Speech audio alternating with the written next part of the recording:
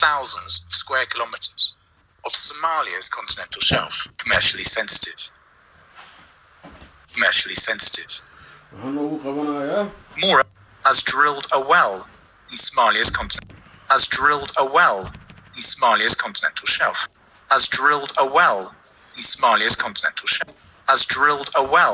He built the Palumbo 1 deep water well in Block L5 on Somalia. The Palumbo 1 deep water well in Block L5. Somalia did not consent to any of those testing. Somalia did not consent to any of those testing and emphatic protests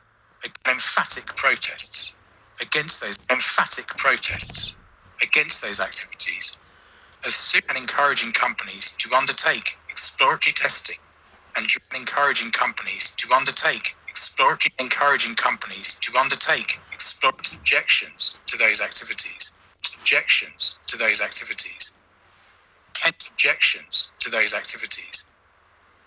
To unlawfully interfering with Somalia's sovereign rights.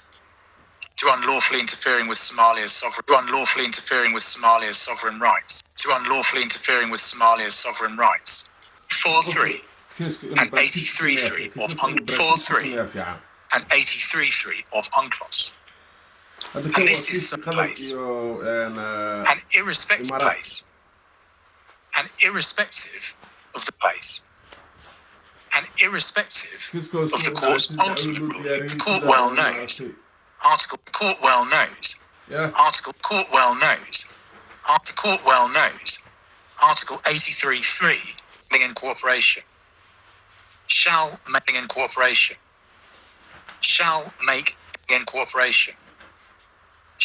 make during this transitional period, not to during this transitional period,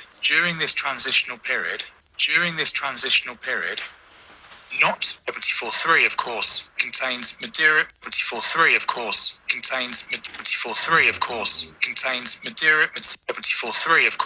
contains D'Ivoire. The ITLOS special chamber stressed that the obligation not to jeopardize D'Ivoire. The ITLOS special chamber stressed that the obligation D'Ivoire. The ITLOS special chamber an obligation of conduct. An obligation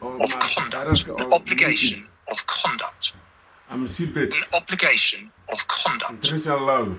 One which end of quote. And I quote again to make end of quote. And I quote again. In light of this, the question of the court, or hampering the reaching of a final agreement with Somalia, or hampering the reaching of a final agreement with Somalia. The answer to this question is plainly no. Granted numerous licenses that both authorized and encouraged were claimed by Somalia. And it is equal were claimed by Somalia. Government and the population of Somalia as a deliberate government and the population of Somalia. Government and the population of Somalia self-evidently likely to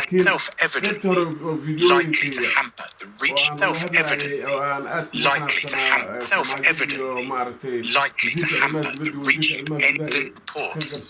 attendant reports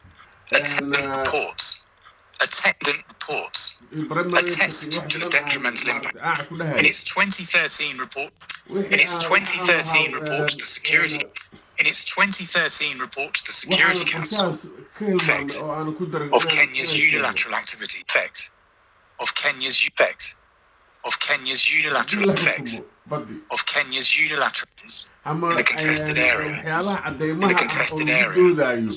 in the contested area had led direct could, and I quote, serve to create further animosity, could, and I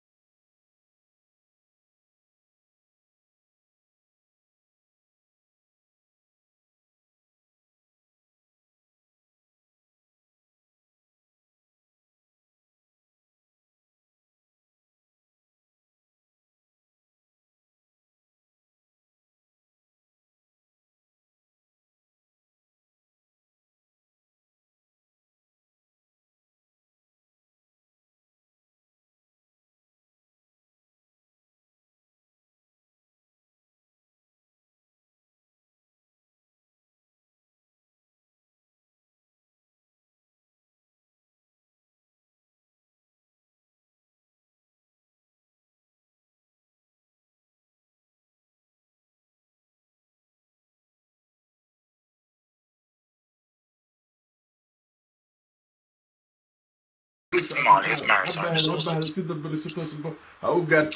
Secondly, links Somalia's maritime resources. 44.3 and 83.3. 43 and 83.3. 43 and 83.3. 43 and 83.3 can only be violated. Mandate in the language of those articles for such an mandate in the language of those articles for such an mandate in the language of those articles for is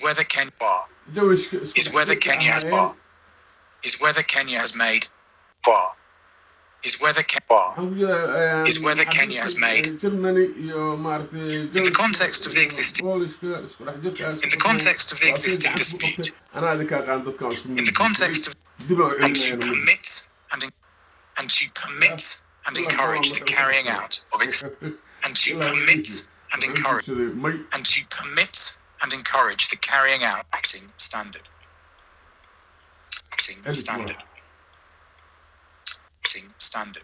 Yeah. Okay. On at least one occasion. On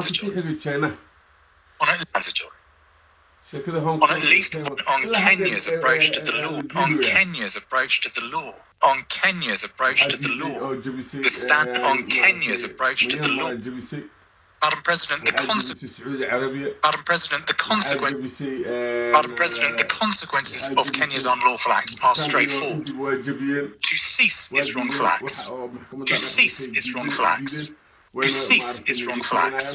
So as to respect Somalia's sovereignty. To cease its wrongful acts.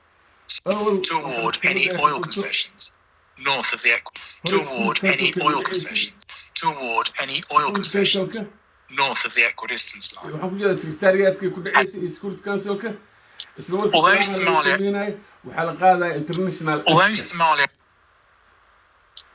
neighbourliness, which Somalia hopes will characterise the parties' future relationship.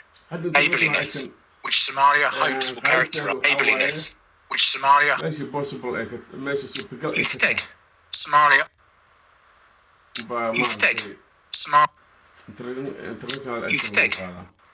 the existence of Somalia's rights.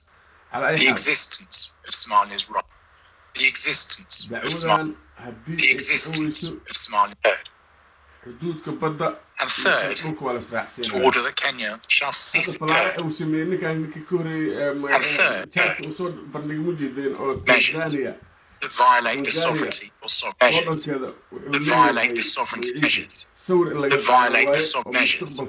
that violate the sovereignty or sovereign poorest countries.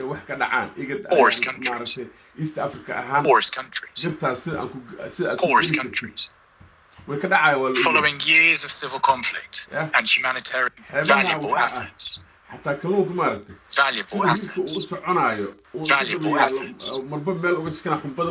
Brought this case before the court. In order to obtain vindication. In order to obtain development and the future development and the future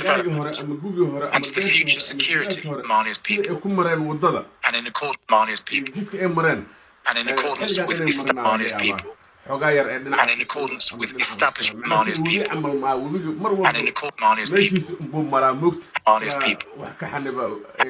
Thank you all very much for your kind attention. Concludes Somalia's presentation today.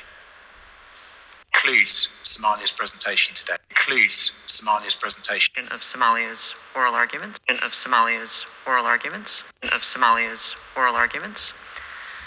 I wish to recall as mention of Somalia's oral arguments bonds from Somalia that present the possibility that the oral proceedings will bonds from Somalia. Once the court has taken a decision,